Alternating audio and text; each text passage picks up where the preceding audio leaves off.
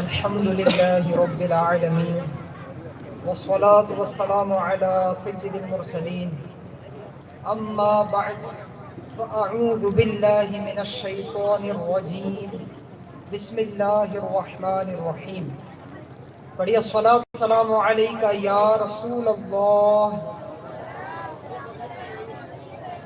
وعلى آلك وأصحابك يا حبيب الله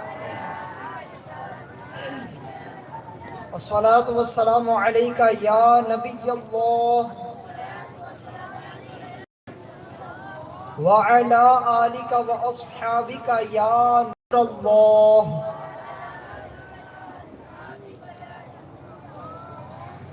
سرکار مدینہ راحت قلب و سینہ صلی اللہ تعالی علیہ وآلہ وسلم پر درود و سلام پڑھنے کے بے شمار فضائل و برکات ہیں. بہت ساری برکتیں درود پڑھنے کی. ایک حدیث پاک میں ہمارے پیارے آقا مدینے والے مصطفیٰ صلی اللہ علیہ وآلہ وسلم نے ارشاد فرمایا، جس نے مجھ پر ایک مرتبہ درود پاک پڑھا اللہ پاک اس پر 10 رحمتیں بھیجتا ہے. درود پاک ایسا وظیفہ ہے کہ اس کی برکت سے نیکیاں بھی ملتی ہیں، گناہ بھی معاف ہوتے ہیں اور درجات بھی بلند ہوتے ہیں. پھر درود پاک ایسا وظیفہ بھی ہے کہ اس کی برکت سے قیامت کے دن پیارے آقا صلی اللہ علیہ وسلم کا قرب نصیب ہوگا. اور علماء نے یہ بات کتابوں میں لکھی ہے کہ کل قیامت میں سب سے زیادہ امان میں، سکون میں، اطمینان میں وہ ہوگا جو جتنا زیادہ حضور سے قریب ہوگا. اب قیامت کا ہولناک منظر کبھی کبھار تصور کرنے کی کوشش کریں. ایک ہی دن 50,000 سال کے برابر کا قیامت کا دن، کانٹے نہیں کٹتا ہوگا. لوگ اپنے اعمال کے مطابق پسینوں میں ڈبکیاں کھا رہے ہوں گے. آج سورج کتنے میل دور ہے ہم سے، کروڑوں اربوں خربوں میل دور ہے ہم سے، لیکن قیامت کے دن 1 یا 1.25 میل کے فاصلے پر رہ کر آگ برسا رہا ہوگا. اتنا قریب ہوگا. زمین تانبے کی ہوگی. آج گرمی کے دنوں میں ہم ننگے پاؤ مٹی پر یا سیمنٹ والے روڈ پر چل نہیں پاتے، چٹکے لگتے ہیں، جلدی جلدی چلنے لگتے ہیں. لیکن قیامت کے دن تو زمین ہی تانبے کی ہوں گی. ہر طرف نفسا نفسی ہوں گی. کوئی کسی کا حامی و مددگار نہیں ہوگا. جب آدھا دن 25,000 سال گزر جائیں گے تب لوگوں کو شعور آئے گا کہ اللہ کی بارگاہ میں کسی کو سفارشی بناتے ہیں. تو انبیاء کرام علیہ السلام کے پاس ایک ایک کر کے جائیں گے. سب جگہ سے ایک ہی جواب ہوگا، اذهبوا الى غیری. آج کسی اور کے پاس جاؤ، آج کسی اور کے پاس جاؤ. مولانا حسن رضا خان رحمت اللہ علیہ لکھتے ہیں، کہیں گے اور نبی اذهبوا الى غیری، میرے حضور کے لب پر انا رہا ہوگا. عزیز بچے کو ماں جس طرح تلاش کرے، خدا گواہ یہی حال آپ کا ہوگا. میرے آقا صلی اللہ علیہ وسلم اپنے گناہگار امتیوں کی شفاعت فرمائے گے. شفاعت کبریٰ میرے حضور صلی اللہ علیہ وسلم کے ہاتھوں میں دی گئی ہے. لواء الحمد میرے حضور کے ہاتھوں میں دیا گیا ہے. کاش قیامت کے دن ہمیں نبی پاک صلی اللہ علیہ وسلم کا قرب نصیب ہو جائے. اچھا، آپ نے سنا ہے کہ میرے حضور جو ہے وہ مالک کوثر بھی ہے، مالک جنت بھی ہے. جب شدت کی پیاس لگیں گی تو کوثر کے جام بھر بھر کے پلائیں گے، اور اس کو جو پی لے گا پھر کبھی پیاسا نہیں ہوگا. تو مالک کوثر میرے آقا ہے. کوثر پر حضور صلی اللہ علیہ وسلم اپنے ہاتھوں سے جام پلاتے ہوں گے. یہ بات بھی کتابوں میں لکھی ہے کہ کوثر پر زیادہ تر لوگ کون ہوں گے؟ جہاں میرے حضور کوثر کے جام پلا رہے ہوں گے وہاں پر زیادہ تر کون ہوگا؟ تو علماء نے یہ لکھا ہے کہ وہاں پر کوثر کے حوض پر زیادہ تر وہ لوگ ہوں گے جو دنیا میں زیادہ درود پڑھتے ہوں گے. آئیے نیت کریں وٹسا والوں کہ انشاءاللہ کثرت سے درود و سلام پڑھیں گے. اپنا کوئی وقت خالی نہ چھوڑیں. جہاں بھی ایسی جگہ پر ہے کہ جہاں ذکر کرنا جائز ہے، بائک چلا رہے ہیں، کار ڈرائیو کر رہے ہیں، کہیں بیٹھے ہیں، کوئی کام کر رہے ہیں، جہاں بھی اللہ کا ذکر کرنا جائز ہے وہاں ہماری زبان پر ذکر و درود رہا کریں. نیت کرتے ہیں کثرت سے درود پڑھیں گے. جیسے صلی اللہ علی محمد، اس درود کی فضیلت یہ ہے کہ جو یہ درود پڑھتا ہے اس پر رحمت کے 70 دروازے کھول دیے جاتے ہیں. تو پڑھتے جائیں صلی اللہ علی محمد. ابھی بھی پڑھ لیں صلی اللہ علی محمد صلی اللہ علی محمد صلی اللہ علی محمد. جتنے پڑھیں گے انشاءاللہ اتنی برکتیں حاصل ہوں گی. اللہ پاک ہم سب کو کثرت کے ساتھ درود و سلام پڑھنے کی توفیق عطا فرمائے. صلو علی الحبیب صلی اللہ علی محمد صلی اللہ علیہ وآلہ وسلم. میرے پیارے و محترم اسلامی بھائیوں اور اے عاشقان رسول، آج کا جو یہ سنت و برا اجتماع ہے، اس میں مغرب کی نماز سے لے کر اب تک یہ ہمارے جو پیارے پیارے طلباء کرام ہیں، اسٹوڈنٹس ہیں، جو درست قرآن پاک کی تعلیم کو حاصل کر رہے ہیں مدرسۃ المدینہ کے ذریعے، انہوں نے اپنی پرفارمنس پیش کی ہے. کچھ دعائیں سنائی ہیں، کچھ سبق سنائے ہیں، اسلام کی بنیادی باتیں سمجھائی ہے. یعنی بہت ساری چیزیں تو انہوں نے وہ سنائی ہیں جو ہمارے بڑوں کو بھی پتہ نہیں ہوتی ہے، وہ انہوں نے سمجھائی ہے. ماشاءاللہ ان کا تعلق علم سے ہے. تو آج میں آپ کے سامنے اسی سے ریلیٹڈ کچھ بات رکھنے لگا ہوں. سب سے پہلے ہمارے آقا و مولا محمد رسول اللہ صلی اللہ علیہ وآلہ وسلم کے علم کے تعلق سے کچھ باتیں عرض کرتا ہوں. اللہ پاک نے ہمارے پیارے نبی حضرت محمد مصطفیٰ صلی اللہ علیہ وسلم کو روز اول سے روز آخر تک کا علم عطا فرمایا. لوح محفوظ میں درج تمام علوم نیز اپنی ذات و صفات کی معرفت سے متعلق بہت اور بے شمار علوم عطا فرمائے. کئی آیت کریمہ ایسی ہیں جس میں میرے آقا صلی اللہ علیہ وسلم کی علم کی شان بیان ہوئی. کئی ارشاد ہوا الرحمن علم القرآن خلق الانسان علمہ البیان. رحمان نے اپنے محبوب کو قرآن سکھایا، انسانیت کی جان محمد کو پیدا کیا. ما کان وما یکون کا بیان انہیں سکھایا. آیات میں بھی میرے آقا صلی اللہ علیہ وسلم کی علم کا بیان ہے، اور کئی احادیث ایسی ہے کہ میرے آقا صلی اللہ علیہ وسلم کے علم کی شان اس میں ظاہر ہوتی ہے.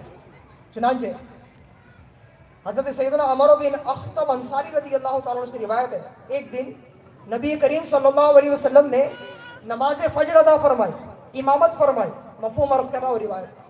نماز فجر کی امامت فرمائی، منبر پر تشریف لائے اور بیان کرنا شروع کیا. کیا؟ جو ہو چکا ہے، جو ہوگا، سب بیان کرنا شروع کیا. وہ ہم پڑھتے ہیں نا، جو ہو چکا ہے، جو ہوگا، جو ہو چکا ہے، جو ہوگا، حضور جانتے ہیں. جو ہو چکا ہے، جو ہوگا، حضور جانتے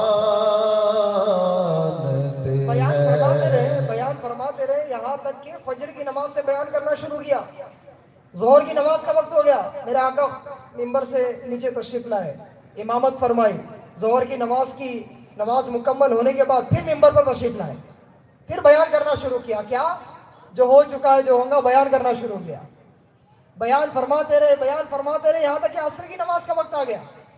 پھر نیچے تشریف لائے، امامت فرمائی، پھر منبر پر جلوہ افروز ہوئے، پھر بیان کرنا شروع کیا. کیا؟ جو ہو چکا ہے، جو ہوگا، بیان کرنا شروع کیا، یہاں تک کہ مغرب کا وقت قریب آ گیا. صحابہ کرام کہتے ہیں کہ اس دن پیارے آقا صلی اللہ علیہ وسلم نے جو کچھ بیان کیا، ہم میں سے جس نے جتنا یاد رکھا وہ آگے چل کر اتنا بڑا عالم بنا. میرے آقا صلی اللہ علیہ وسلم کو اللہ پاک نے علم غیب عطا فرمایا ہے. حضور صلی اللہ علیہ وسلم سب کچھ جانتے ہیں اللہ کی عطا سے. کیا کچھ جانتے ہیں؟ ایک اور حدیث پاک میں آپ کو سناتا ہوں.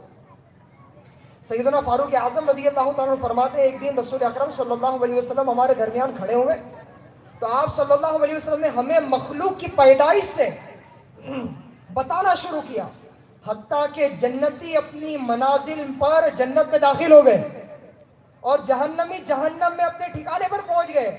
جس نے اس بیان کو یاد رکھا اس نے یاد رکھا، جو بھول گیا سو بھول گیا. پیدائش سے لے کر جنتی جنت میں جانے، جہنمی جہنم میں جانے تک کا میرے آقا صلی اللہ علیہ وسلم نے بیان فرما دیا. تو ہم یہ جو پڑھتے ہیں یہ کوئی ہمارا شعر یا سلام کا مصرع نہیں ہے، بلکہ الحمدللہ ہم سنیوں کا یہ عقیدہ ہے۔ اور کوئی غیب کیا تم سے نیہا ہو بھلا، جب نہ خدا ہی چھپا تم پہ کروڑوں درود۔ میرے آقا صلی اللہ علیہ وسلم کا جو روزہ انور ہے، حدیث پاک میں بیان ہوا ہے کہ روزہ انور پر ایک درباری فرشتہ ہے جس سے دنیا بھر کے درود جو پڑھے جاتے ہیں اس کے سننے کی اس کو طاقت دی گئی ہے۔ درباری فرشتہ ہے، بارگاہ رسالت کا خادم فرشتہ ہے، اس کو دنیا بھر سے جو درود پڑھے جاتے ہیں اس کو سننے کی طاقت دی گئی ہے، اور ساتھ ہی اس کو اتنا علم دیا گیا ہے کہ وہ درود کس نے پڑھا ہے، وڑسا سے پڑھا ہے، گڑھ چرولی سے پڑھا ہے، ناگپور سے پڑھا ہے، ممبئی سے پڑھا ہے، کس نے پڑھا ہے اس کا وہ نام بھی جانتا ہے، نہ صرف اس کا نام، اس کے باپ کا نام بھی جانتا ہے۔ اور پھر جب وہ سنتا ہے وہ درود تو میرے آقا صلی اللہ علیہ وسلم کی بارگاہ میں پیش کرتا ہے کہ فلاں بن فلاں نے آپ پر درود پڑھا ہے۔ کتنی خوش نصیبی ہے کہ اگر ہم صدق دل کے ساتھ، شوق و محبت کے ساتھ درود پڑھنے والے بن جائے تو اللہ کی رحمت سے امید ہے کہ ہمارا نام بھی بار بار اپنے آقا کی بارگاہ میں پیش ہوتا ہے۔ اچھا دنیاوی طور پہ دیکھیں، کسی بڑے افسر کے پاس، کسی بڑے لیڈر کے پاس کسی کا نام لے لیا گیا تو وہ تو پھولے نہیں سماتا، میرا نام، میرا نام وہاں لیا گیا، وہ خوشی سے پھولے نہیں سماتا، اس کی ویڈیو بنتی ہے، وائرل ہوتی ہے، وہ بتاتا ہے، شو کرتا ہے کہ میرے پاس میرے کو یہ اعزاز ملا ہے، مجھے یہ گریڈ ملا ہے کہ میرا نام فلاں دنیاوی افسر کے پاس، فلاں دنیاوی عہدیدار کے پاس، فلاں سیلیبریٹی کے پاس لیا گیا ہے۔ میرے آقا تو بادشاہوں کے بادشاہ ہیں، میرے آقا صلی اللہ علیہ وسلم جیسا نہ کوئی تھا، نہ کوئی ہے، نہ کوئی ہو سکتا ہے۔ اعلیٰ حضرت کہتے ہیں وہ خدا نے ہے مرتبہ تجھ کو دیا، نہ کسی کو ملے نہ کسی کو ملا، کہ کلام مجید نے کھائی شہا تیرے شہر و کلام و بقا کی قسم۔ تو میرے آقا صلی اللہ علیہ وآلہ وسلم کی بارگاہ میں نام پیش ہونا یہ کتنی بڑی سعادت کی بات ہے۔ تو جہاں اس روایت سے یہ پتا چلا کہ درود پڑھنے کی اتنی برکت ہے کہ اس کا نام حضور کی بارگاہ میں پیش ہو رہا ہے، وہی اس حدیث پاک سے یہ بھی پتا چلا کہ جو حضور کی بارگاہ میں درباری فرشتہ ہے نا، اس کو اللہ نے اتنی طاقت دی ہے کہ وہ دنیا بھر سے انتہائی دھیمی آواز سے کیوں نہ درود پڑھا جائے اس کا وہ درود سنتا بھی ہے۔ پھر اس کو علم غیب بھی دیا گیا ہے، تبھی تو کس نے پڑھا ہے اس کا اور اس کے والد کا نام جانتا ہے۔ جب درباری فرشتے کی قوت سماعت اور علم غیب کا یہ عالم ہے تو مصطفیٰ جان رحمت صلی اللہ علیہ وسلم کے علم غیب اور قوت سماعت کا کیا عالم ہوگا؟ وہ کیوں نہ ہم گناہگاروں کی فریاد رسی فرمائیں گے، ہماری آوازوں کو سنیں گے، واللہ وہ سن لیں گے، فریاد کو پوچھیں گے۔ اتنا بھی تو ہو کوئی جو آ کرے دل سے فریاد امتی، جو کرے حال زار میں ممکن نہیں۔ فریاد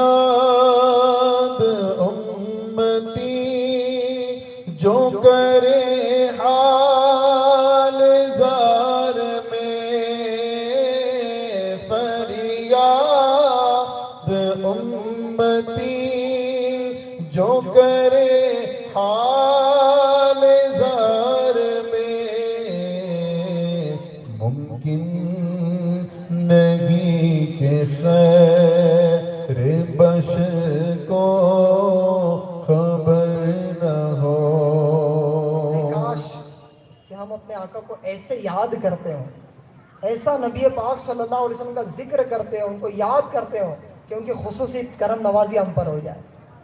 اعلیٰ حضرت کہتے ہیں قسمت میں لاکھ پیچ ہو 100 بل 1000 گچ، یہ ساری گتھی، یہ جتنے پرابلمز ہیں نا، یہ جتنے مسائل ہیں، یہ جتنی پریشانیاں ہیں، تو کہتے ہیں قسمت میں لاکھ پیچ ہو 100 بل 1000 گچ، یہ ساری گتھی ایک تیری سیدھی نظر کی ہے۔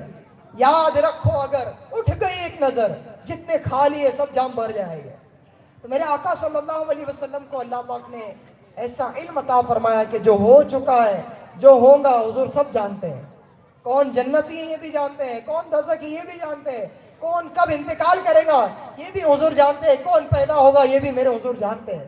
تو میرے آقا صلی اللہ علیہ وسلم کو تو اتنا علم عطا فرمایا گیا ہے کہ علماء بیان کرتے ہیں کہ ساری اللہ کی جتنی مخلوق ہے نا، جتنی مخلوق، جس میں انبیاء کرام علیہ السلام کی مبارک ذات بھی ہے، صحابہ کرام بھی ہیں، اولیاء کرام بھی ہیں، انسان بھی ہے، جتنی اللہ کی مخلوق ہے، یہ ساری مخلوق کی عقل کو جمع کیا جائے، سب کی عقل کو جمع کیا جائے، سب کے نالج کو، سب کے علم کو جمع کیا جائے، اور میرے آقا صلی اللہ علیہ وسلم کے علم کے سامنے رکھا جائے، تو جس طرح ساتوں سمندر کے پانی سے چڑیا چوچ میں جو پانی لیں گی، اس کی ساتوں سمندر کے سامنے جو حیثیت ہے اس چوچ میں لیے ہوئے پانی کی، ایسی حیثیت بھی میرے آقا صلی اللہ علیہ وسلم کی عقل کے سامنے ساری مخلوق کی عقل کی نہیں ہے۔ اللہ اکبر۔ خیر، زندگیاں بیت گئی اور قلم ٹوٹ گئے، تیرے اوصاف کا ایک باب بھی پورا نہیں ہوا۔ میں یہاں کیا بیان کروں، میری زبان بھی اس کہاں لائق کہ میرے آقا صلی اللہ علیہ وسلم کے کما حقوں میں اوصاف بیان کر سکوں۔ حضور صلی اللہ علیہ وسلم کے اوصاف پر رول بھرا ہے، تیرے تو وصف عیب تناہی سے ہے بری، حیران ہوں میرے شاہ میں کیا کیا کہوں تجھے۔ تو آج کے اس سنت و اجتماع میں ماشاءاللہ ہمارے طلباء کرام نے علم کے تعلق سے اپنی پرفارمنس دی ہے، تو آج میں اسی کو لیتے ہوئے میرے آقا صلی اللہ علیہ وسلم کے علم کا بیان کرنے کے بعد میں آپ کے سامنے اس بات کو رکھنا چاہتا ہوں کہ آج کے دور میں ہماری جو علم دین سے دوری ہے، اپنے دین کے نالج سے دوری ہے، ہماری، ہمارے بچوں کی، اور پتہ نہیں آگے ہماری نسلوں کی، ہمارے گھر والوں کی، گھر میں جو اسلامی بہنیں ان کی، تو اس تعلق سے کچھ باتیں آج میں آپ کے سامنے رکھنا چاہتا ہوں کہ اگر ہم علم دین حاصل کریں تو کتنی برکتیں پاتے ہیں۔ ایک روایت میں ہے، سیدنا معاذ بن جبل رضی اللہ تعالیٰ عنہ سے روایت ہے کہ اللہ کے محبوب صلی اللہ علیہ وسلم نے ارشاد فرمایا، علم حاصل کرو کیونکہ اللہ پاک کی رضا کے لیے علم سیکھنا خوف خدا ہے۔ علم حاصل کرنا خوف خدا ہے، علم تلاش کرنا عبادت ہے، علم کی تکرار کرنا تسبیح ہے، اور علم کی جستجو کرنا جہاد ہے۔ بے علم کو علم سکھانا صدقہ، اور علم کو اہل پر خرچ کرنا قربت یعنی نیکی ہے، کیونکہ علم حلال اور حرام کی پہچان کا ذریعہ ہے، علم اہل جنت کے راستے کا نشان ہے، اور علم خوف میں باعث راحت ہے، علم تنہائی کا ساتھی ہے، علم تنگی و خوشحالی میں رہنما ہے، دشمنوں کے مقابلے میں ہتھیار ہے، علم دوستوں کے نزدیک زینت ہے۔ اللہ پاک علم کے ذریعے سے قوموں کو بلندی و برتری عطا فرماتا ہے، فرما کر بھلائی کے معاملے میں قائد اور امام بنا دیتا ہے، پھر ان کے نشانات اور افعال کی پیروی کی جاتی ہے، علماء کی رائے کو حرف آخر سمجھا جاتا ہے، اور ملائکہ کی دوستی میں رغبت کرتے ہیں، ان کو اپنے پروں سے چھوتے ہیں۔ علماء کے لیے ہر خشک و تر چیز سمندر کی مچھلیاں، دیکھیے علم والوں کی شان، دیکھیے سمندر کی مچھلیاں، جاندار، خشکی کے درندے اور چوپائے استغفار کرتے ہیں۔ علم جہالت کے مقابلے میں دلوں کی زندگی ہے، علم تاریکیوں کے مقابلے میں آنکھوں کا نور ہے، علم کے ذریعے بندہ اولیاء کرام کی منازل کو پا لیتا ہے اور دنیا و آخرت میں بلند مرتبے پر پہنچ جاتا ہے۔ علم میں غور و فکر کرنا روزوں کے برابر ہے، علم سیکھنا سکھانا نماز کے برابر ہے۔ علم کے ذریعے صلہ رحمی یعنی رشتہ داروں سے بھلائی کی جاتی ہے، علم سے حلال و حرام کی پہچان حاصل ہوتی ہے۔ علم عمل کا امام اور عمل اس کے تابع ہے، اور جو خوش بختوں کو علم کا الہام کیا جاتا ہے جبکہ بد بختوں کو علم سے محروم کر دیا جاتا ہے۔ کتنی برکت ہے علم دین حاصل کرنے کی۔ لیکن آج ہم دیکھیں کہ ہمارے یہاں علم کا، دین کا نالج ہمارے پاس کتنا ہے، کتنا ہم نے سیکھا ہے۔ علم دین حاصل کرنے کی اتنی فضیلت ہے، یہی وجہ ہے کہ اولیاء کرام نے، ہمارے ائمہ کرام نے، علماء کرام نے اپنی زندگیاں کھپا دی، اپنی زندگی کئی سال لگا دیے۔ کئی اولیاء کرام کی ہم زندگی کو دیکھ لیں، سیدنا شیخ عبد القادر جیلانی رحمۃ اللہ علیہ کو دیکھ لیں، 17 یا 18 سال کی عمر میں اپنے گھر سے یوں چلے کہ والدہ سے یہ بات ہو رہی کہ انشاءاللہ اب قیامت کے دن ملیں گے۔ کہاں چلے؟ علم دین حاصل کر، علم دین کی ترویج و اشاعت کے لیے، خدمت دین کے لیے۔ حضور خواجہ غریب نواز رحمۃ اللہ علیہ کو دیکھ لیں، تقریباً 16 سال آپ کی عمر ہوئی نا، تو اپنی زندگی کے 5 سال سمرقند اور بخارا میں علم دین حاصل کرنے کے لیے اپنے زندگی کے آپ نے عطا کر دیے۔ علم دین حاصل کرنے کے لیے یہ 2 شہروں میں گزار دیے، بڑے بڑے اولیاء کرام کی صحبت پائی، علماء کرام کی صحبت پائی. یعنی ہمارے اولیاء نے، ائمہ کرام نے، علماء کرام نے علم دین حاصل کرنے کے لیے بڑے جتن کیے، سفر کیے، کوششیں کی. لیکن آج ہم کیا کر رہے ہیں اور ہمیں آتا کتنا ہے؟ امام بخاری رحمۃ اللہ علیہ، نام سنا ہوگا آپ نے. قرآن پاک کے بعد ہماری اس امت کے لیے سب سے عظیم کتاب کوئی رہنمائی کے لیے تو وہ بخاری شریف ہے. امام محمد بن اسماعیل بخاری رحمۃ اللہ علیہ نے جو لکھی ہے، اس میں صحیح احادیث آپ نے جمع کی ہے. امام بخاری رحمۃ اللہ علیہ نے جو بخاری شریف لکھی ہے نا، ہزاروں حدیث ہے اس میں، 7,000 سے کچھ زیادہ حدیث ہے. امام بخاری نے یہ جو بخاری شریف لکھی ہے، اس کو لکھنے میں کتنا ڈیوریشن لگا ہے، کتنا پیریڈ لگا ہے، کتنا عرصہ گزرا ہے جب جا کے بخاری شریف لکھی گئی ہے. اور ایک ایک حدیثیں لینے کے لیے امام بخاری رحمۃ اللہ علیہ صرف اپنے شہر میں بیٹھے نہیں رہتے تھے، اپنے شہر سے دوسرے گاؤں، دوسرے شہر، دوسرے ملک کا سفر کرتے. پتا چلتا کہ فلاں کے پاس، فلاں تابعی کے پاس یہ حدیث پاک ہے، میرے آقا کا فرمان موجود ہے. جا کے اس کو حاصل کرنے کے لیے سفر کرتے، تکلیفیں برداشت کرتے. اور یہ پوری بخاری شریف لکھنے میں امام بخاری رحمۃ اللہ علیہ کو 16 سال لگے. کتنے سال لگے؟ 16 سال لگے. پھر اور بھی آپ نے کتب لکھی ہے، لیکن بخاری شریف لکھنے میں 16 سال کا عرصہ لگا ہے. ہم نے 16 دن بھی صحیح سے اپنا دین کا علم سیکھا ہے. نماز کے 16 مسائل بھی ہم نے سیکھے ہیں. پاکی ناپاکی کے 16 مسائل ہم نے سیکھے ہیں. ناپاکی بولتے کس کو ہے، نجاست کی 2 قسمیں کون سی ہیں، نجاست غلیظہ کیا ہے، نجاست خفیفہ کیا ہے. یہ کتنی کپڑے بدن پہ لگ جائے تو نماز نہیں ہوتی، کتنی کپڑے بدن پہ تو نماز واجب الادا ہوتی ہے. کیا ہم نے سیکھا ہے؟ نماز کے فرائض ہے کتنے ہیں؟ 7 ہے. کیا پتا ہے کون کون سے؟ کیا ہم نے سیکھے ہیں؟ اس کی تفصیلات کیا ہے؟ شرائط 6 ہیں جن کے بغیر نماز شروع ہی نہیں ہوتی. نماز کی 6 شرطیں ہیں، اس کے بغیر وہ پائی نہیں گئی تو نماز شروع ہی نہیں ہوتی. جیسے سب سے پہلی شرط طہارت ہے، یعنی نمازی کا بدن، جن کپڑے میں نماز پڑھتا ہے، وہ جس جگہ نماز پڑھتا ہے، اس کا ہر قسم کی نجاست سے پاک ہونا ضروری ہے. تو پاک ہونا ضروری، تو یہ بھی تو پتا ہو کہ ناپاکی بولتے کس کس کو ہے. ہم نے تو یہی نہیں سیکھا ہے. اچھا ہم نے نہیں سیکھا ہے تو ہمارے بچے کب سیکھیں گے؟ قرآن پاک میں ہمیں حکم دیا ہے ہمارے بچوں کی تربیت کے حوالے سے، علم دین سکھانے کے حوالے سے، ان کو گناہوں سے بچنے کے حوالے سے. اور اگر ہم نے ان کو نہیں سکھایا علم دین، ہم نے نہیں سیکھا، تو نقصان کیا کیا ہوگا؟ اچھا یہ علم دین ایسی چیز ہے کہ شیطان بہت کوشش کرتا ہے کہ ہم علم نہ سیکھیں. کیسی کوشش کرتا ہے؟ روایتوں میں ہے، ملفوظات اعلیٰ حضرت رحمۃ اللہ علیہ کے ملفوظات اس کتاب میں لکھے ہوئے.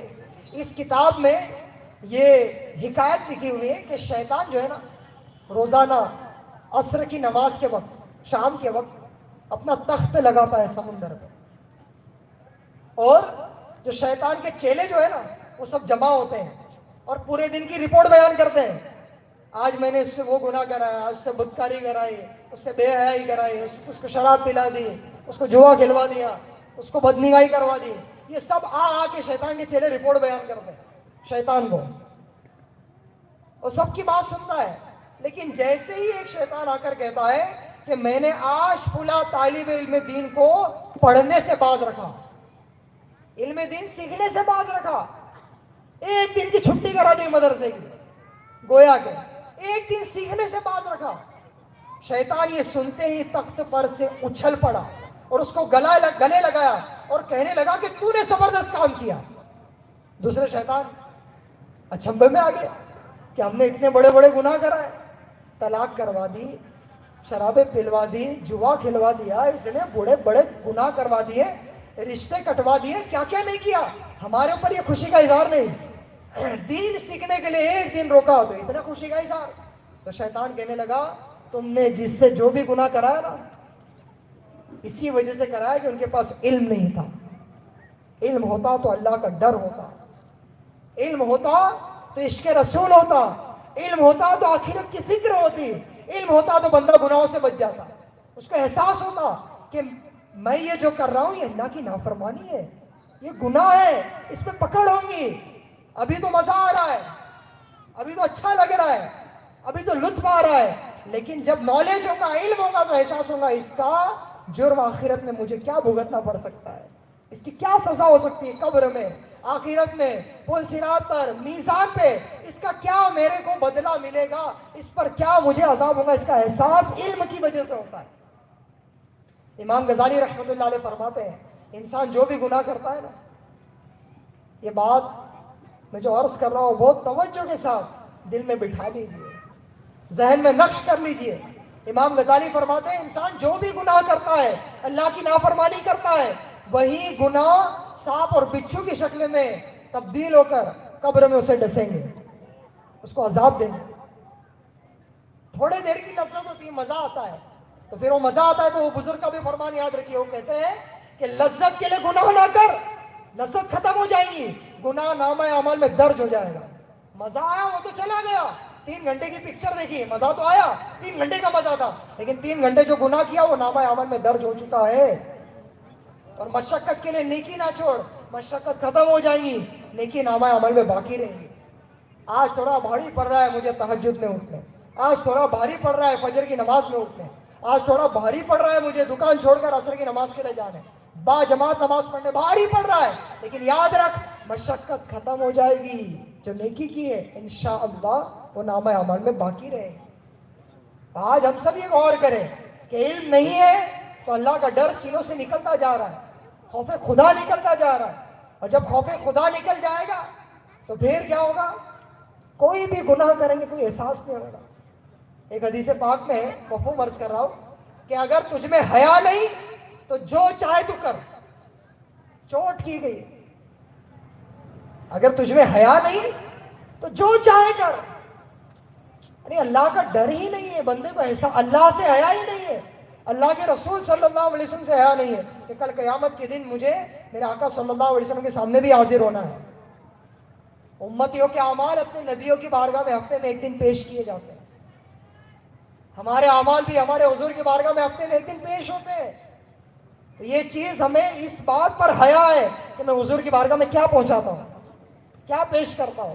تو میرے پیارے و محترم اسلامی بھائی اور عاشقان رسول، غور کیجئے کہ علم دین سے شیطان ہمیں کیسا روکتا ہے، اور اگر ہم نے علم دین حاصل نہ کیا، ہمارے بچوں نے علم دین حاصل نہ کیا، ان کو ہم نے گناہوں سے نہیں بچایا، تو ہم کس طرح تباہی کی طرف بڑھتے چلے جائیں گے۔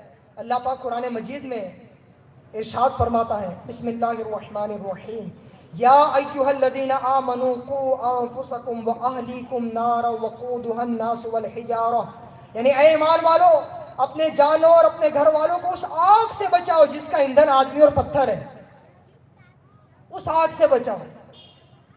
ہمارے یہاں بائک چلاتے نا تو گاڑی چلتی ہے تو اندر جو ایندھن ہے، فیول ہے، وہ جلتا ہے تو گاڑی چلتی ہے۔ تو فیول کیا ڈال رہے ہیں؟ پیٹرول ڈال رہے ہیں۔ کوئی بڑی گاڑی ہے ڈیزل ڈال رہے ہیں، یہ چیز ڈال رہے ہیں بطور فیول، یہ جا رہا ہے جلتا ہے تو گاڑی چل رہی ہے۔ قیامت جہنم کی جو آگ ہے اس کا فیول، اس کا ایندھن کیا ہے؟ آدمی اور پتھر ہے۔ اللہ اکبر، اللہ اکبر۔ ابھی کل جمعہ میں مجھے جہاں بیان کی سعادت ملی نا، تو بیان کا ٹاپک تھا دل کا سخت ہونا، دل کا سخت ہونا۔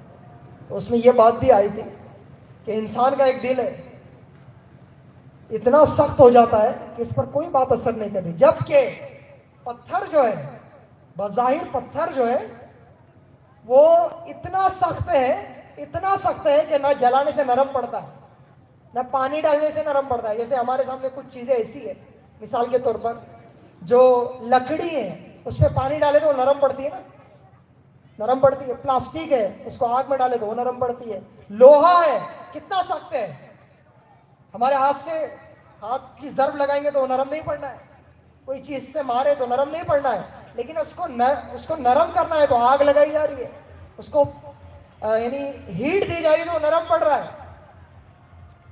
لیکن کبھی کبھار ایسا ہوتا ہے کہ انسان کا دل اتنا سخت ہو جاتا ہے جیسے پتھر ہے اس سے بھی زیادہ سخت ہو جاتا ہے۔ لیکن یہ جو بات ہے نا کہ جس کا ایندھن آدمی اور پتھر ہے، تو اس طرح کے کتابوں میں واقعات لکھے ہوئے ہیں کہ ایک نبی علیہ السلام کہیں سے گزر رہے تھے تو ایک چھوٹے پتھر کو دیکھا کہ اس سے پانی نکل رہا ہے، اس سے کیا نکل رہا ہے؟ پانی نکل رہا ہے۔ تو اس کو اللہ پاک نے قوت گویائی عطا فرمائی وہ کہنے لگا اے اللہ کے نبی علیہ السلام، جو اللہ نے قرآن میں کہا ہے کہ وہ آگ جس کا ایندھن آدمی اور پتھر ہے، تو پتھر بھی جہنم کی آگ میں ڈالے جائے گا، اس کی وجہ سے میں اللہ کے خوف سے رو رہا ہوں، اللہ کے خوف سے رو رہا ہوں۔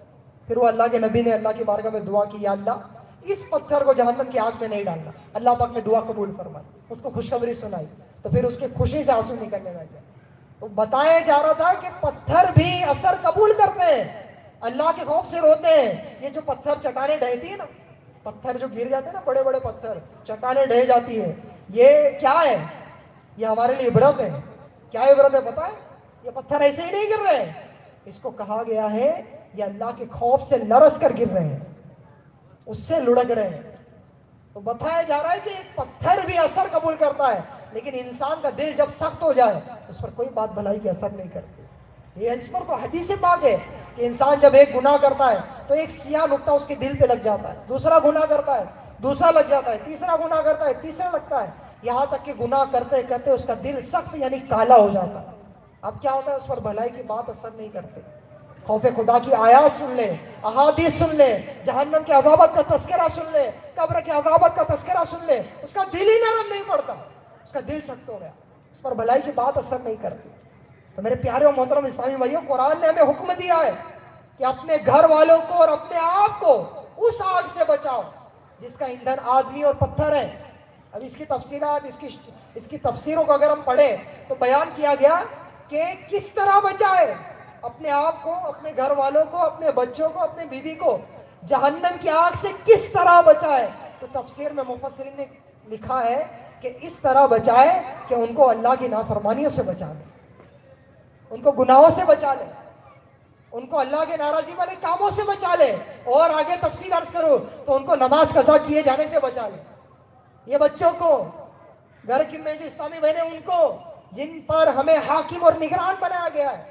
روایت میں بھی ہے کہ کل بروز قیامت ہر ایک سے اس کے ماتحت کے بارے میں پوچھا جائے گا۔ ہمیں نگران بنایا، ہمیں حاکم بنایا، ہمیں پوچھا جائے گا کیا ان کو نماز قضا کیے جانے سے بچایا؟ کہ ایسا تو نہیں ان کو سود کا مال کھلایا، حرام کا مال کھلایا، ان کی پرورش ویسی نہیں کی جیسی شریعت نے حکم دیا ہے۔ میں آپ کو ایک بہت پیاری روایت سناتا ہوں۔ سیدنا فقی ابو اللیث سمرقندی رحمۃ اللہ علیہ یہ بیان کرتے ہیں کہ مروی ہے کہ مرد سے تعلق رکھنے والوں میں پہلے اس کی زوجہ اور اس کی اولاد ہے، یہ سب اللہ کی بارگاہ میں عرض کریں گے۔ اللہ کی بارگاہ میں عدالت لگی ہے، اللہ کی بارگاہ میں عدالت لگی ہے، اور ہم پر جو دعوے لگائے جا رہے ہیں، ہمارے اوپر جو بات ثابت کرنے کی کوشش کی جا رہی ہے، وہ کرنے والے کون ہیں؟ ہمارے بیوی اور بچے ہیں جو ہمارے ماتحت ہیں۔ تو یہ فرماتے ہیں کہ یہ سب اللہ کی بارگاہ میں عرض کریں گے، اے ہمارے رب، ہمیں اس شخص سے ہمارا حق دلا، کیونکہ اس نے کبھی ہمیں دینی امور کی تعلیم نہیں دی، اور یہ ہمیں حرام کھلاتا تھا جس کا ہمیں علم نہ تھا۔ پھر اس شخص کو حرام کمانے پر اس قدر مارا جائے گا کہ اس کا گوشت جھڑ جائے گا، پھر اس کو میزان یعنی ترازو پر کے پاس لایا جائے گا، فرشتے پہاڑ کے برابر اس کی نیکیاں لائیں گے۔ کس کی؟ آپ کی، میری۔ لیکن اس عدالت میں ہمارے کو مجرم کون ثابت کر رہا ہے؟ ہمارے بچے۔ صرف وجہ کیا ہے؟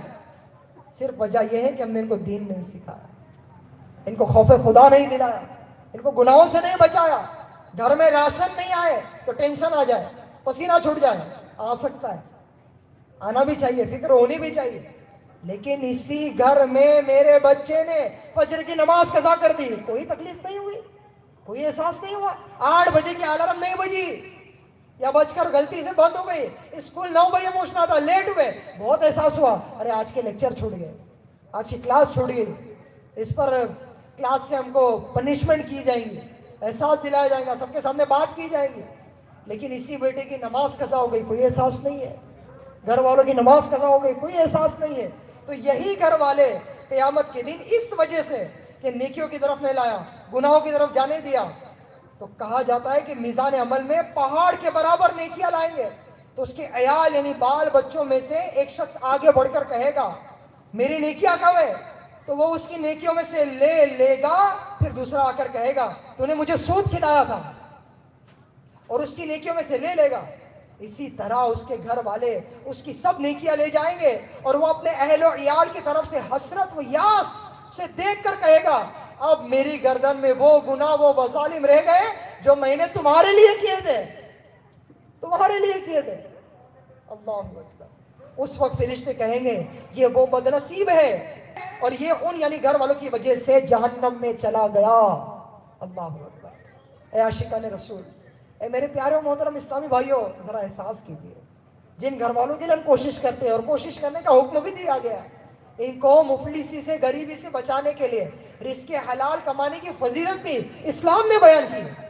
اگر ہم اچھی نیت کے ساتھ حلال روزگار کمانے جائیں، ایک روایت میں بیان کرتا ہوں، ایک اٹھا کٹا شخص جس کی ہائٹ باڈی اچھی تھی، حضور کی بارگاہ سے گزر رہا تھا، صحابہ کرام حاضر تھے، صحابہ کرام نے دیکھ کر ایک خواہش کا اظہار کیا، کیا طاقت ہے، کیا قوت ہے، کتنے ہیلدی ہے، کاش ان کی جو یہ طاقت ہے یہ دین کے لیے قربانیاں دینے کے لیے استعمال ہوتی، اس کے لیے یوز ہوتی۔ تو میرے آقا صلی اللہ علیہ وسلم نے جو کچھ فرمایا اس کا مفہوم عرض کرتا ہوں۔ آپ نے فرمایا اگر یہ جو جا رہا ہے نا، یہ اگر رزق حلال کمانے کے لیے جا رہا ہے تاکہ گھر والوں کو غریبی سے بچائے، مفلسی سے بچائے، تب بھی یہ اللہ کی راہ میں ہے۔ کہاں جا رہا ہے؟ کاروبار کے لیے جا رہا ہے، مال کمانے جا رہا ہے، لیکن نیت اچھی ہے، گھر والوں کو غریبی سے بچانا ہے۔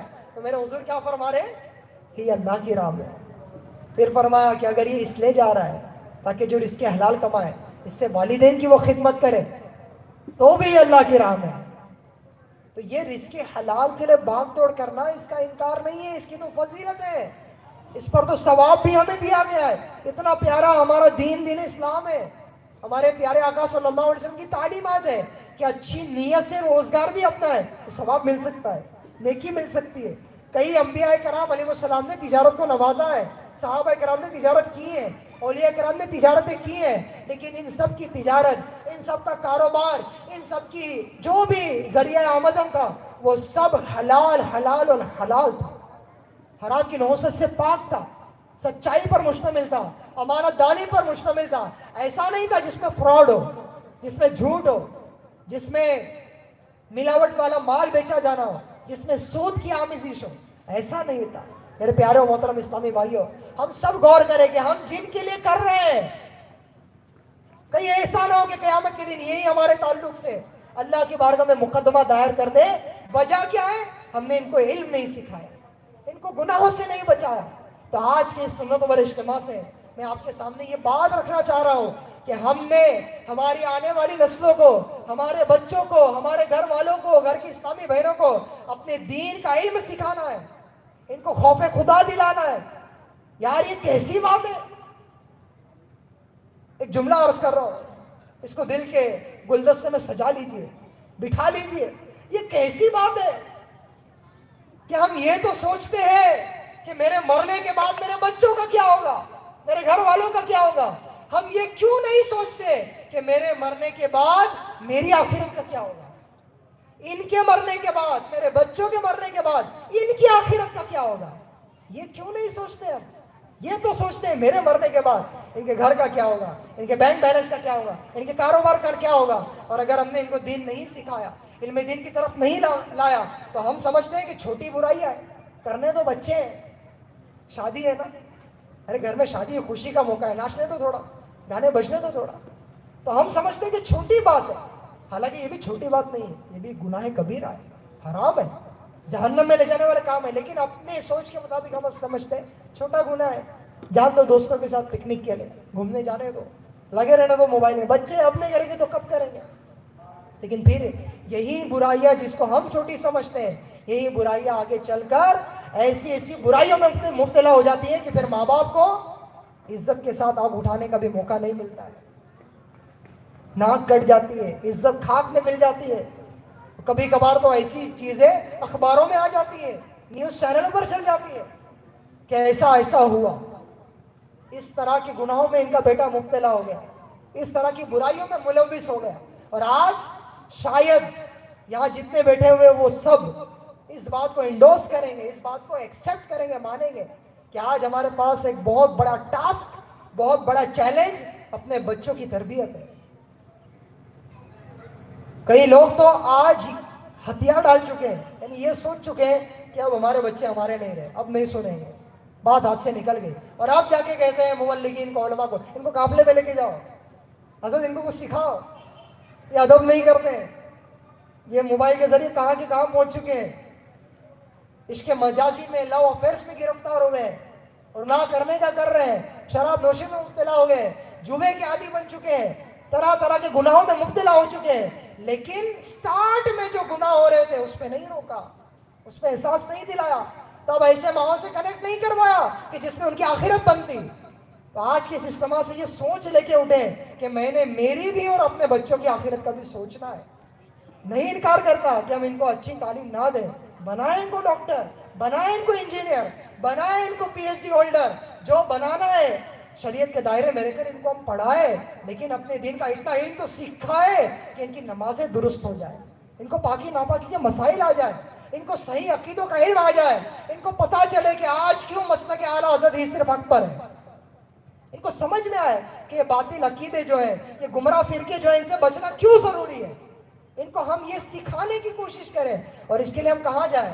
اللہ کا فضل و کرم ہے کہ آج کے اس پرفتن دور میں دنیا بھر میں ورلڈ وائڈ آپ کی اپنی یہ تحریک, جس کا آپ نام پیچھے پڑھ رہے ہیں, دعوت اسلامی, یہ کام کر رہی ہے, نسلوں پر کام کر رہی ہے. آج وہ بچے جو 30 سال اپنے ماں باپ کے ساتھ رہ کر بھی نہیں سدھرے, الحمدللہ دعوت اسلامی نے ان کو ایسا سنوارا کہ ایک ہی بار قافلے میں جا کے آئے, ماں باپ کے قدم چومنے لگ گئے, ان کے لیے گڑ گڑا کر دعا کرنے لگ گئے, ان سے معافی مانگنے لگ گئے. ان کو فیل ہوا, ان کو احساس ہوا, وجہ یہ دعوت اسلامی کا دینی ماحول. اور آج یہ ماحول صرف ایک شہر بڑسا میں نہیں, صرف ایک گڑچوریل ڈسٹرکٹ میں نہیں, بلکہ پورا ناگپور ڈویژن, پورا مہاراشٹر. یہاں آپ کو جان کے خوشی ہوں گی کہ صرف مہاراشٹر میں, میرے تعلق سے اعلان سنا نا کہ میری ذمہ داری مہاراشٹر کا خادم ہوں گا, مہاراشٹر میں 125 سے زیادہ حفظ و ناظرہ کے مدرسۃ المدینہ چلتے ہیں. 125 سے زیادہ عالم کورس کے ادارے 15 سے زیادہ چل رہے ہیں. اسلامی بھائیوں کے, اسلامی بہنوں کے الگ ہے, جس میں اسلامی بھائی عالم بن رہے ہیں, اسلامی بہنیں عالمہ بن رہی ہے. اور 8 کے قریب انگلش میڈیم اسکول ہم مہاراشٹر میں لے کے چل رہے ہیں. ممبئی کے علاوہ, ممبئی میں 4-5 وہ الگ ہیں, تنظیمی اسٹرکچر میں مہاراشٹر الگ ہے اور ممبئی کا حصہ الگ ہے. تو اگر ممبئی اور مہاراشٹر کو ملا لیں تقریباً 13 یا 14 انگلش میڈیم اسکول آپ کی اپنی دعوت اسلامی انڈیا صرف مہاراشٹر میں لے کے چل رہی ہے. یہ وہ کام ہے جس کے ذریعے ریزلٹ آ رہے ہیں, جس کے ذریعے نتیجے آ رہے ہیں, تبدیلی آ رہی ہے, اور ایک بہت بڑا ریولیوشن ہے جس کی برکت سے ہمیں بھی فائدہ ہو سکتا ہے, ہمارے آنے والی نسلوں کو بھی فائدہ ہو سکتا ہے. لیکن ہمیں سوچ بنانی ہوگی, اپنی سوچ کھولنی ہوگی, ورنہ کہیں ایسا نہ ہو کہ ہمارے بچے ہمارے نہ رہیں اور ہم بعد میں احساس کرتے رہ جائیں. جب پچھتائے کیا ہوت, جب چڑیا چگ گئی کھیت, یہ ایک محاورہ ہے. کیا پچھتانے سے کیا ہوگا, اب تو بات نکل گئی. تو ہمیں آج احساس کرنے کی ضرورت ہے, آج فیل کرنے کی ضرورت ہے. اور اللہ کے کرم سے یہ اس طرح کی جو اجتماعات ہے, یہ دعوت اسلامی کا دینی ماحول جو ہے, یہ ہمیں ان چیزوں کے تعلق سے احساس دلا رہا ہے. اور نہ صرف احساس دلا رہا ہے, پرابلم بتا رہا ہے کہ یہ پرابلم ہے. صرف یہ نہیں بتا رہا ہے, اس پرابلم کا سولوشن بھی دے رہا ہے. کیا ہے سولوشن؟ ہفتہ وار اجتماع ہے, مدنی قافلے ہیں, مدنی مذاکرہ ہے, دعوت اسلامی کا ایک ماحول ہے. یہ ہمیں پرووائڈ کر رہا ہے, اس کے ذریعے ہم اپنی بھی اور ہمارے بچوں کی بھی آخرت سنوار سکتے ہیں. یہ دیکھنے رہے 75 اسٹوڈنٹس, یہ ہمارے اپنے شہر کے بچے, 75 بچے, انہوں نے آپ کے سامنے پرفارم کیا ہے. کس انداز میں پرفارم کیا آپ نے دیکھا ہے. یہ کیا ہے؟ یہ ہمارے کو موقع مل رہا ہے دعوت اسلامی کے پلیٹ فارم سے, ہم اس کو پانے کی کوشش کریں. اور اگر اس کو ہم نے نہیں پایا تو پتہ نہیں ہمارے بچوں کا کیا ہوگا اور ہماری آخرت کا کیا ہوگا. اس سے پہلے کہ موت کا فرشتہ ہمارے سامنے آ جائے, ہم سب آخرت کی تیاری کی طرف بڑھتے ہیں. غالباً سیدنا شکیب بلخی رحمۃ اللہ علیہ یا کوئی اللہ والے یہ فرماتے ہیں, لوگ 3 باتوں کا دعویٰ کرتے ہیں لیکن عمل اس کے بالکل الٹ کرتے ہیں. آپ اور میں بھی دیکھیں کہ ایسا تو نہیں کہ ہم بھی یہ 3 باتوں کا دعویٰ کر رہے ہیں لیکن کام اس کے بالکل الٹ کر رہے ہیں. آپ فرماتے ہیں لوگ یہ کہتے ہیں ہم اللہ کے بندے ہیں. کیا کہتے ہیں؟ کہتے ہیں نا ہم الحمدللہ ہم اللہ پر ایمان لاتے ہیں, ہم یہ مانتے ہیں کہ اللہ ایک ہے, اللہ کے سوا کوئی عبادت کے لائق نہیں. ہم اللہ کے بندے الحمدللہ, اور پیارے آقا صلی اللہ علیہ وسلم کو آخری نبی مانتے ہیں, محمد مصطفیٰ. یہ بچوں کی زبان پہ نعرہ دعوت اسلامی نے گنجا دیا ہے, کیا؟ محمد مصطفیٰ, سب سے آخری نبی, احمد مجتبی, سب سے آخری نبی, عقیدہ سب صحابہ کا, سب سے آخری نبی, سارے ولیوں نے کہا, سب سے آخری نبی, نظریہ میرے رضا کا, سب سے آخری نبی.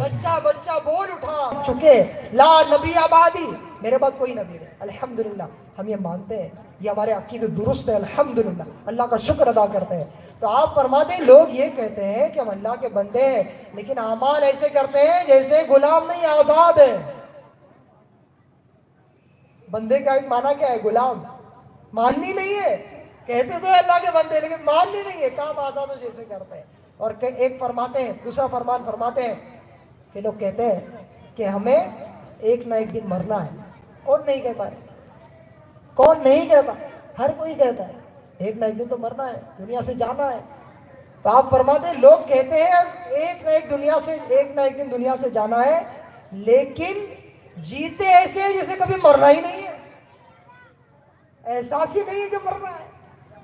جینے کا انداز دیکھ لو, صبح سے لے کر رات تک, صبح اٹھنے سے لے کر رات سونے تک نمازیں قضا ہو رہی ہیں, بدنگاہیاں کر رہے ہیں, غیبتیں کر رہے ہیں, اپنے ہاتھ میں حرام مال آ رہا ہے, چغلیاں کر رہے ہیں, گالیاں بک رہے ہیں, یعنی ایسے جی رہے جیسے مرنا ہی نہیں ہے.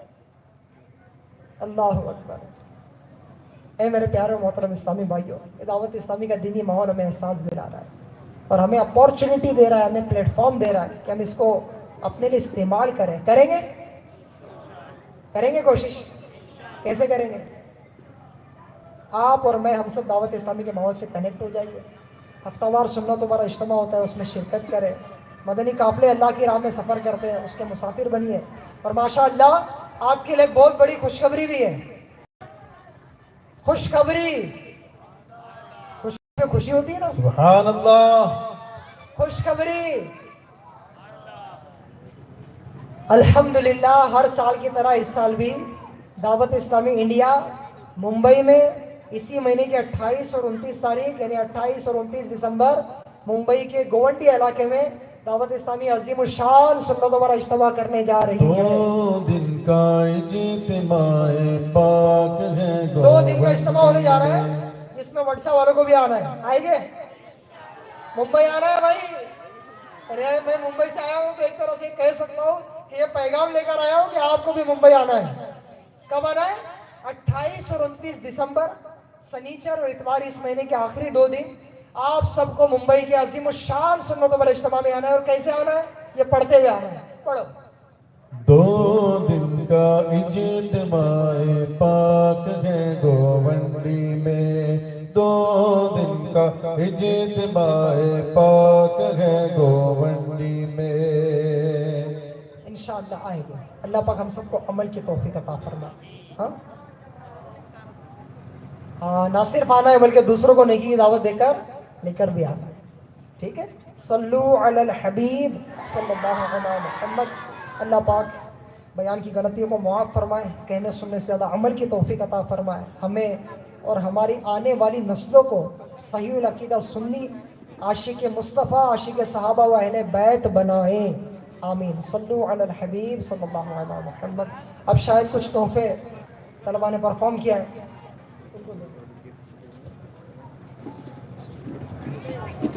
میری گزارش ہے آپ سب سے بھی صلاۃ و سلام اور دعا ہونی ہے, اس میں شرکت ہو جائے. یہ طلبہ کی حوصلہ افزائی ہم نے کرنی ہے تحفوں کے ذریعے, تو اس میں بھی آپ پارٹیسپیٹ کریں. ماشاءاللہ بہت ہی شاندار بیان سننے کی سعادت ہم نے حاصل کی ہے. اللہ کریم ہمیں عطا فرمائے. اب انشاءاللہ بچوں کو تحفے پیش کیے جائیں گے, تو قاری صاحبان سے عرض ہے کہ وہ ایک سسٹم کے مطابق جو ہے اس کی ترکیب بنائیں, اور ہمارے ناگپور ڈویژن کے نگران حاجی فاروق صاحب, ان سے گزارش ہے کہ یہ اسٹیج پر تشریف لائیں. انشاءاللہ کے ہاتھوں سے بچوں کو تحفے. ماشاءاللہ یہاں پر ابھی تحفے ڈسٹریبیوٹ کر رہے ہیں. دیکھیے ماشاءاللہ کافی اچھا بیان ہوا, اور یہ لائیو بھی گیا گیا. جنید خان بز میں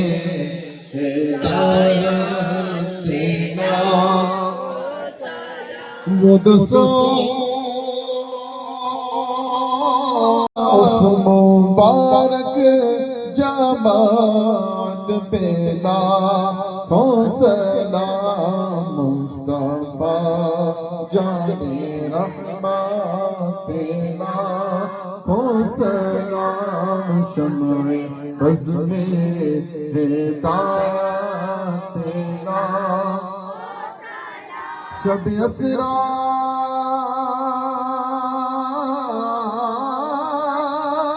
کے دولہا پہ درود شب اسرا کے دولہا پہ تائم درود نوشائے بز میں جنت پہ لاکھوں سلام مصطفیٰ جان رحمت پہ لاکھوں سلام شمع بز میں ہدایت پہ غوث اعظم امام تقابلوں کا جلوہ شان قدرت پہ لاکھوں سلام غوث و خواجہ رضا حمید و مصطفیٰ پنجے گنجے ولایت پہ لاکھوں سلام کاش محشر میں جب ان کی آمد اور بھیج سب ان کی شوقت پہ لاکھوں سلام تو مجھ سے خطبات کے قدسی کا یہ رضا مجھ سے خدمت کے قدسی کہے رضا مصطفیٰ جان رحمت پہ لاکھوں سلام شمع بز میں ہدایت پہ یا نبی سلام علیکہ یا رسول سلام علیکہ یا حبیب سلام علیکہ صلوات اللہ علیکہ